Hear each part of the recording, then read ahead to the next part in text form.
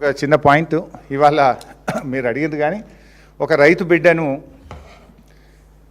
ఒక డ్రైవర్ గారిని మీరు చూసి ఉంటారు. ఇవాళ జగిత్యాల ఆర్టీసీ డిపోలో డ్రైవర్గా పనిచేస్తున్నటువంటి అశోక్ను ఇలా సస్పెండ్ చేసినారు. దీన్ని చాలా తీవ్రంగా ఖండిస్తూ ఉన్నాం. ఆయన డ్రైవర్ కావచ్చు కానీ ఒక సాటి మనిషి. ఆయన డ్రైవర్ కావచ్చు, ఒక వ్యవసాయ కుటుంబం నుంచి వచ్చినటువంటి బిడ్డ. ఒక వ్యవసాయ కుటుంబం నుంచి వచ్చినటువంటి బిడ్డగా ఇవాళ రాష్ట్రంలో రైతులు బాధపడుతున్నటువంటి విషయాన్ని దృష్టిలో పెట్టుకొని ఆయన ఒక మాట మాట్లాడినారు.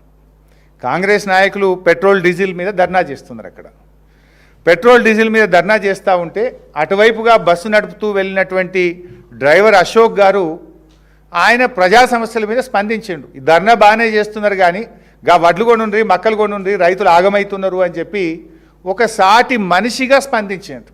ఒక రైతు కుటుంబం నుంచి వచ్చిన బిడ్డగా, రైతు కష్టాలు తెలిసిన వ్యక్తిగా వడ్లు కొనుండ్రి, మక్కలు కొనుండ్రి అని చెప్పుడు తప్ప. అంటే ప్రజలకు ప్రజాస్వామ్యంలో డాక్టర్ బాబాసాహెబ్ అంబేద్కర్ మనందరికీ మాట్లాడే స్వేచ్ఛనిచ్చారు. తమ అభిప్రాయాన్ని వ్యక్తం చేయగలిగే, వ్యక్తీకరణ చేసేటువంటి హక్కును భారత రాజ్యాంగం మనకు కల్పించింది. ఒక డ్రైవర్గా ఆయన స్పందిస్తే రేవంత్ రెడ్డి గారి ప్రభుత్వం ఒక నియంతృత్వ వైఖరితో ఆ డ్రైవర్ను సస్పెండ్ చేసినారు. ఆ సస్పెండ్ను వెంటనే ఉపసంహరించుకోవాలని మేము ప్రభుత్వాన్ని డిమాండ్ చేస్తూ ఉన్నాం.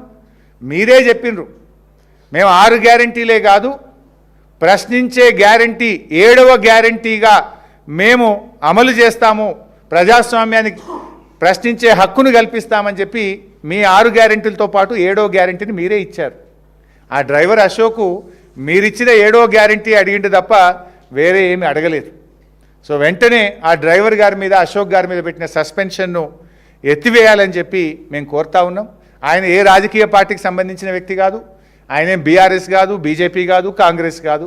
ఆయన ఒక డ్రైవర్, ఒక రైతు బిడ్డగా తన అభిప్రాయాన్ని చెప్పింది. కానీ అంత మాత్రాన మమ్మల్ని ప్రశ్నిస్తే మీ మీద వేటు వేస్తామనేటువంటి నియంతృత్వ ధోరణి విడనాడాలని, అశోక్ డ్రైవర్పై పెట్టిన సస్పెన్షన్ వెంటనే ఎత్తివేయాలని చెప్పి మేము డిమాండ్ చేస్తున్నాం. ఒకవేళ ప్రభుత్వం దిగి రాకపోతే అశోక్ కుటుంబానికి బీఆర్ఎస్ పార్టీ అండగా ఉంటుంది. న్యాయ పోరాటానికైనా, ప్రత్యక్ష పోరాటానికైనా బీఆర్ఎస్ ఆయనకు న్యాయం జరిగేదాకా ఆయన వెంట ఉండి పోరాటం చేస్తాం.